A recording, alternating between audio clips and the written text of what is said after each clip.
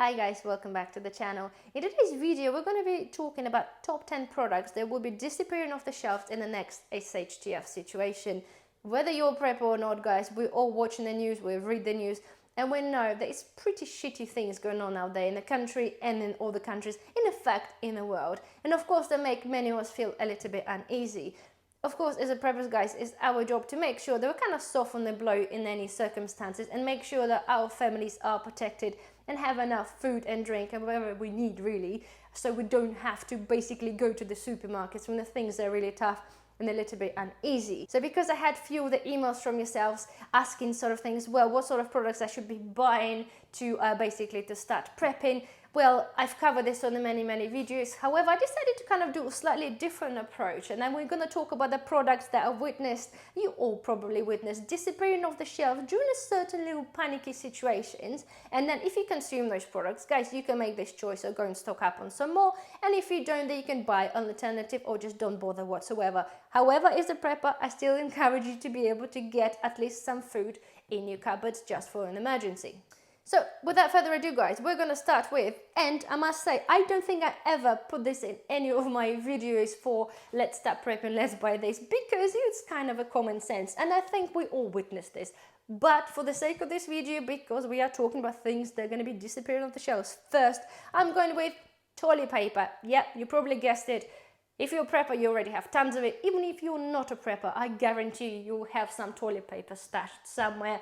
However, if you don't, it's maybe a good idea to do so.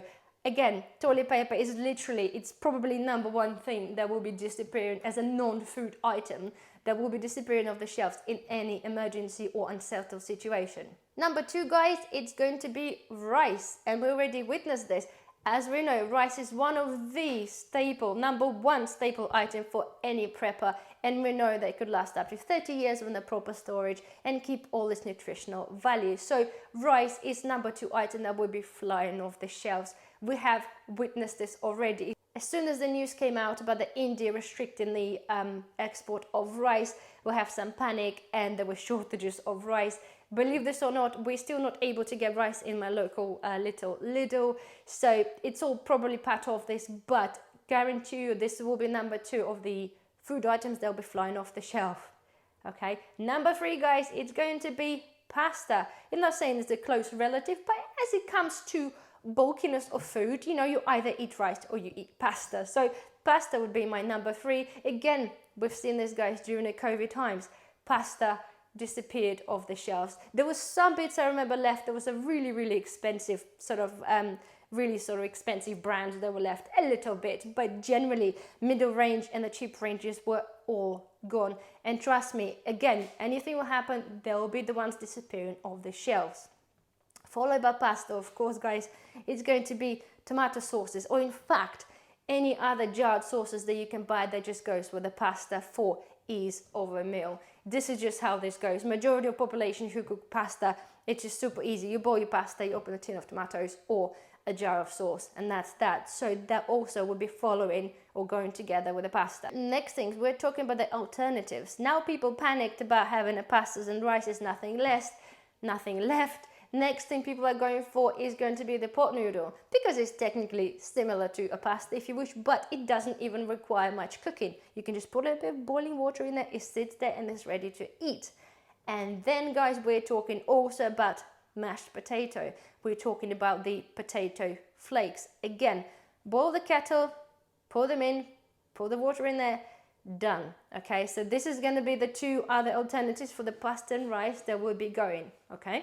Next one is pet food, be it cat food, dog food, whoever else's food, it will be flying off the shelves. We're till the day now experiencing a shortages of a variety, I would say, of the pet food. And it's been happening over quite a good few months now, okay? But again, if you bring yourself back down to the pandemic time, we had shortages of pet food and we had a severe shortages of pet litter. And I know that for a fact because I paid dearly. Because one of the things I forgot to do, I forgot to stock up on the pet litter from Lidl, which used to be like under £1 or £1.09 then, and I couldn't buy it, and I didn't think. So the next thing I had to do is to go on Amazon, guys, and they were £10 a bag. So I ended up paying £10 a bag for something I should be paying £1 a bag.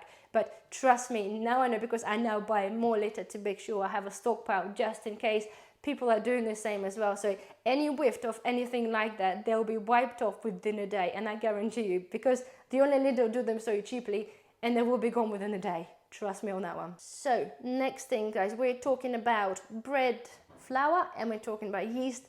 Of course, they go side by side. And again, take yourself back to A, pandemic, and B, last year's war crisis, and of course all the panic buying of the flours. The flours, A, went up in price, and B, there were quite shortages for quite a while of the flours. So again, because people rely on this, it's bread, isn't it? You can't really, not say you can't live without bread, but it's super cheap, it's easy to make, and it's kind of really, really filling. So it's one of the things that then disappears off the shelf. So bear that in mind. If you haven't got any stock up of flour, maybe a good idea to get some just in case. So next thing on my list is milk.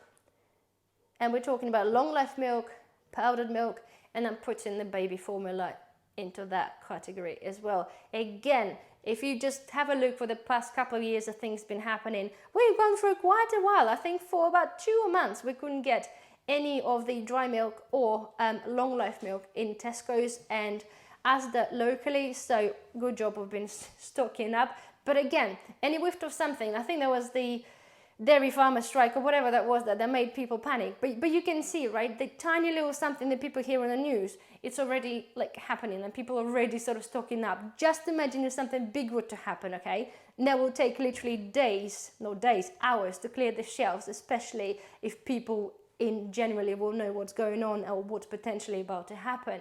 So again, unfortunate circumstances. My child was born slap bang in the middle of pandemic, and we weren't able to get any baby formula. It was just none available because people bought out the long life milk and then the powdered milk. There was nothing left. So when the people started panicking again because they haven't stocked up, they started buying the baby formula to put in their teas and coffee. So poor mums, the young mums like myself, couldn't actually get any formula for my baby. So that was a little bit of a struggle. So there we are. You can see how the scenario of progression that after people bought certain things and it's nothing left, people will then look for alternatives. So you have to bear this in mind.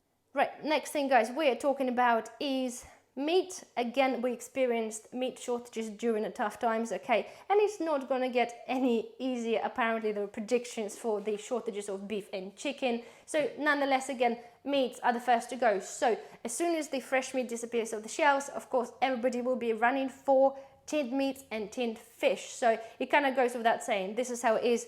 Majority of us non-vegetarians, you like to eat meat, you like to consume meat, you enjoy the taste of meat. So if you can't buy the normal meat, you go and buy yourself some tinned meat. So again, watch my words that next time, and let's hope not, but any whiff of something's happening, meat is one of the number 9 things that'll be disappearing off the shelf. And my last but not least, guys, okay, and this is dear to my heart, okay, and we're talking about booze. And I'm not saying it's going to be disappearing off the shelves, but we will be seeing a massive shortages of the booze, because again, we've been having through over the past couple of years a massive reduction of things that are appearing off shelves, including beers, champagnes and wines.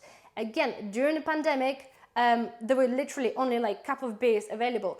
I'm talking on our behalf, guys, like we live in a smaller village. However, my husband clearly remembers that he'd been forced to drink beer he didn't particularly like because he couldn't get what he normally drinks. So that's the point. So people buy first or stock up things that they like, and then things that are left on the shelves, the things that people don't enjoy or not particularly their first choice.